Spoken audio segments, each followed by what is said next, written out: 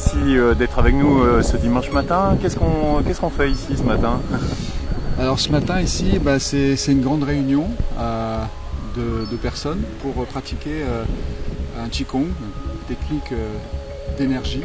Et la proposition, ça va être de se mettre en phase avec le principe vital qui est très cher dans le Tao. Le principe vital, c'est quelque chose qui sous-tend le vivant et qui fait que le vivant, il veut se régénérer, il veut se soigner, il veut continuer à exister. Et ce vivant, là, ce principe vital, il existe avant nous, après nous, et il sous-tend l'univers depuis très longtemps. Vous êtes venus nombreux, donc je tiens nous tenons à vous remercier pour être venus si nombreux à ce Qigong en plein air.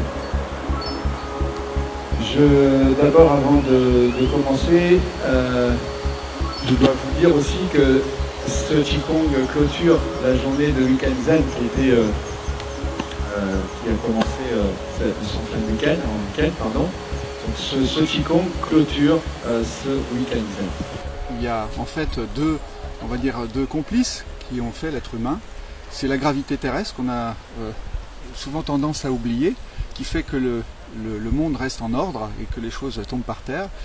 Et puis aussi ce principe vital qui a façonné et qui contient un opérant qui est la transcendance, la transformation, l'évolution, et qui fait qu'aujourd'hui on a à la fois un corps qui a évolué dans le temps et qui a la possibilité de se mettre en phase avec la gravité terrestre, et aussi on a une conscience qui a évolué dans le temps et qui permet de créer un lien, un pont entre ce corps et cet esprit que l'on est à la fois.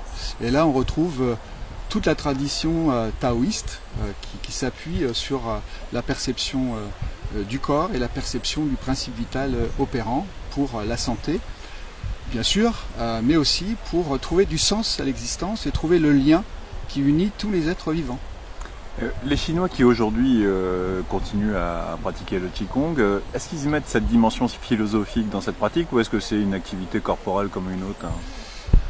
Ça c'est une bonne question, parce qu'en fait le monde chinois il est empreint de taoïsme et donc de résolution des opposés. Donc en fait les Chinois cultivent le paradoxe, ils ont des façons de concevoir, d'appréhender le monde qui sont différentes des occidentaux.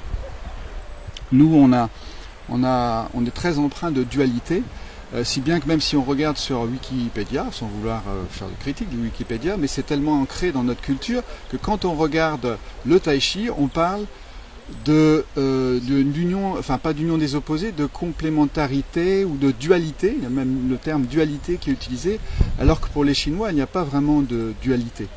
D'accord. Puis un petit mot sur le lieu, qu'est-ce que tu penses? On a des conditions assez exceptionnelles aujourd'hui? Alors on a effectivement des conditions exceptionnelles, puisqu'il fait un super beau temps, il y a un petit peu de vent mais très peu, et puis aussi on est dans un parc magnifique avec des grands arbres, et ça va bien nous aider, puisque...